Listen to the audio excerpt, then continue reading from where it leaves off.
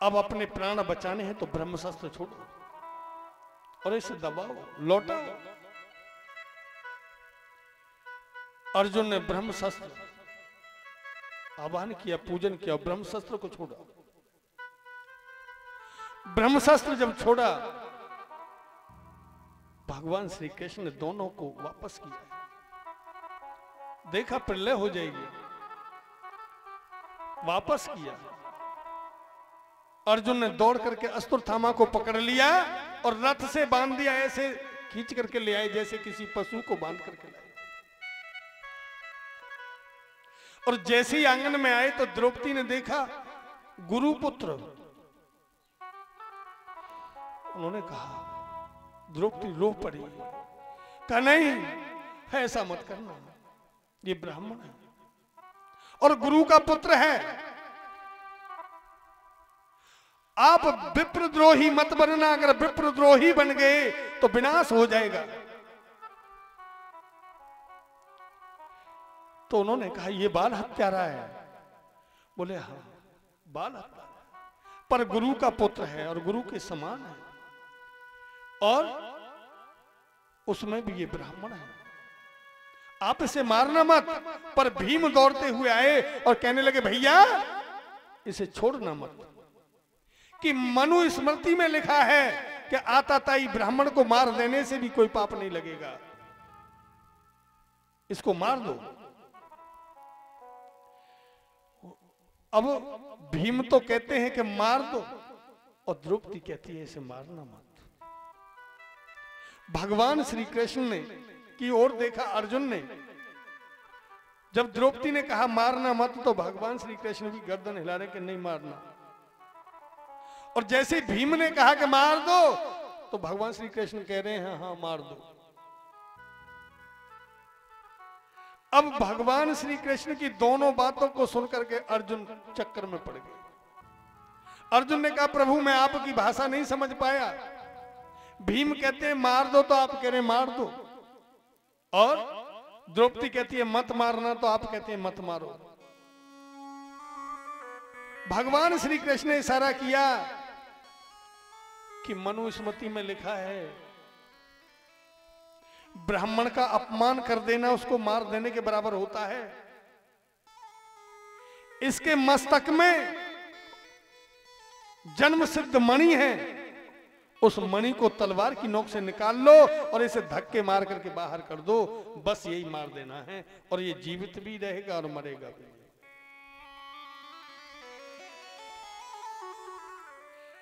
जैसे ही अर्जुन चले जन्म सिद्ध मणि को निकालने के लिए, तो अश्वत्थामा चीख पड़ा, नहीं ऐसा मत करना, मुझे मार दो, ऐसा मत करना, मार दो। उधर मां कुंती आ गई। मां कुंती ने श्राप दे दिया, कहा मैं तुम्हें श्राप देती हूं, तुम तो बाल हत्यारे हो, मैं तुम्हें श्राप दे रही हूं कि जब तक ये पृथ्वी आकाश रहेगी तब तक तुम मरोगे भी नहीं, और तुम्हारे मस्तक का ये घाव भी ठीक नहीं रहेगा। मां कुंती का श्राप लग गया, जन्म सिद्ध मणि निकाल करके धक्का देती। आज अश्वत्थामा चले तो गए, पर उन्होंने सोचा कि मैं भी इन पांडवों का विनाश करके रहूंगा। उधर अश्वत्थामा ने मौका देखा कि इनका विनाश कैसे होगा। देखा कि उत्तरा के गर्भ में इनका बंशीधर पल रहा है, तो उत्तरा का गर्भ अगर नष्ट हो जाएगा तो इनका आगे वंश ही नहीं चलेगा। ब्रह्मशस्त्र छोड़ दिया उत्तरा के गर्भ को नष्ट करने के लिए। ब्रह्मशस्त्र जब आया तो उत्तरा ने देखा कि मुझे कोई जलाने आ रहा है और ये ऐसा तेज मेरी तरफ दौड़ा आ रहा है, तो उत्तरा को ये बात मालूम थी कि मेरी सासू मां जब जब उन पर कष्ट आए हैं तब तब उन्होंने भगवान श्री कृष्ण को पुकारा है। जब भरी सभा में द्रौपदी का चीरहरण होने जा रहा था तो उसने देखा था इधर ये पिता में भीष्म बैठे हैं, इधर गुरु द्रोणाचार्य बैठे हैं, कुल गुरु कृपाचार्य बैठे हैं, ये सब के सब बैठे हैं, मेरी लाज नहीं जाने देंगे। सब परवारी जनों को देखती थी तो भगवान नहीं आए।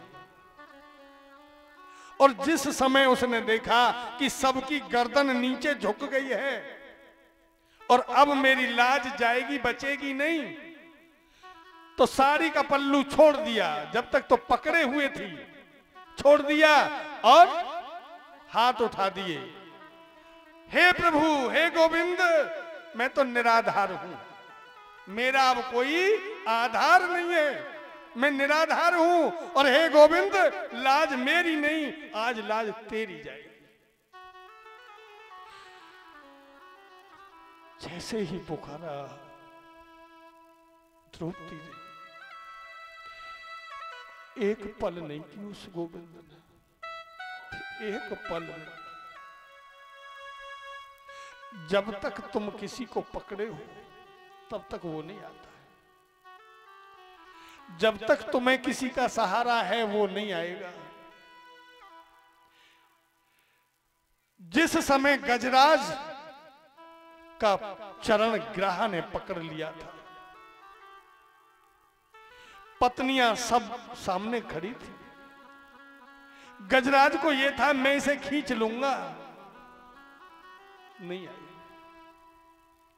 और जब उसने देख लिया अब जो भरसून ऊपर रह गई, अब तुझे बचाने वाला और कोई नहीं है,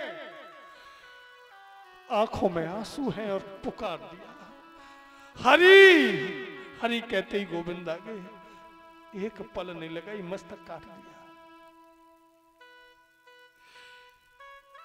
कैसा दयालु है वो, कैसा कृपालु। द्रौपदी ने कहा भैया बहुत देर कर दी थी, बड़ा समय लगाया था। बोले मैंने समय लगाया है, मैंने नहीं लगाया। जिस समय तूने मुझे पुकारा मैंने पल की देर नहीं लगाई, एक पल में आ गया। साड़ी दुशासन खींच रहा था, खींचते खींचते ढेर हो गया, दुशासन बल थक करके नीचे गिर पड़ा पर पल्लू नहीं खींच पाया। आज द्रौपदी की लाज बचाई। तो ये बात उत्तरा जानती थी, अगर आप घर में पूजा करेंगे, घर में भगवान को मानेंगे, तो जो होने वाली संतान है वो भी पूजा करती हुई पैदा होगी। आप गाली देते होंगे घर में रोज, तो जो छोटे बच्चे हैं वो भी गाली सीख जाएंगे, जरूर गाली देंगे। क्योंकि संतों के घर के तोता में ना राम राम रटते हैं और दुष्टों के तोता में ना गालियां देते हैं। जिस घर में जैसा होता होगा औलाद वैसा ही करना शुरू कर देती है। आप भक्ति भाव से जीते हैं तो संतान भी भक्ति भाव की पैदा होगी। तो इसीलिए आज उत्तरा को यह बात मालूम थी कि जब जब कष्ट आए हैं, जब जब कोई बात आई हुई है, तब तब मेरी सासू मां भगवान श्री कृष्ण के चरणों में गई है। अब किसी घर वाले के पास जाने की जरूरत नहीं है। दौड़ती हुई उत्तरा त्राहिमाम त्राहिमाम त्राहिमाम कहती हुई और भगवान श्री कृष्ण के पास। भगवान श्री कृष्ण ने आज तक मेरे प्रभु कभी गर्भ में नहीं गए, प्रभु कभी गर्भ में नहीं गए। त्रेता युग में राम बनकर आए तो भई प्रकट कृपाला दीन दयाला कौशल्या हितकारी। प्रकट हुए, ना कि मां के गर्भ से जन्म लिया, प्रकट हुए। द्वापुर में भगवान श्री कृष्ण आए तो जेलों में प्रकट हुए, ना कि मां के गर्भ से जन्म लिया। मेरा गोविंद कभी मां के गर्भ से नहीं जन्म लेता है, पर आज जब अपने भक्त पर कष्ट आए तो मेरा गोविंद तो बिल्कुल सूक्ष्म रूप धारण किया अंगूठे जैसा और उत्तरा के गर्भ में गए और गर्भ में जाकर के उस ब्रह्म शस्त्र को चक्र सुदर्शन से काट दिया और उत्तरा के गर्भ की रक्षा की। ऐसा है मेरा वो गोविंद, आज उत्तरा के गर्भ की रक्षा की। आज उसी उत्तरा के गर्भ से जिस भगवान ने रक्षा की थी वही बालक परीक्षित हुआ। बोलिए परीक्षित महाराज की। आज परीक्षित का जन्म हो गया है।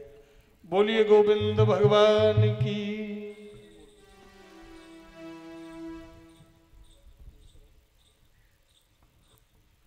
बांके बिहारी मुझे देना सहारा, कहीं छूट जाए ना दामन तुम्हारा। बांके बिहारी मुझे देना सहारा, कहीं छूट जाए ना दामन तुम्हारा। बांके बिहारी मुझे देना सहारा, कहीं छूट जाए ना दामन तुम्हारा। बांके बिहारी मुझको देना सहारा, कहीं छूट जाए ना दामन तुम्हारा।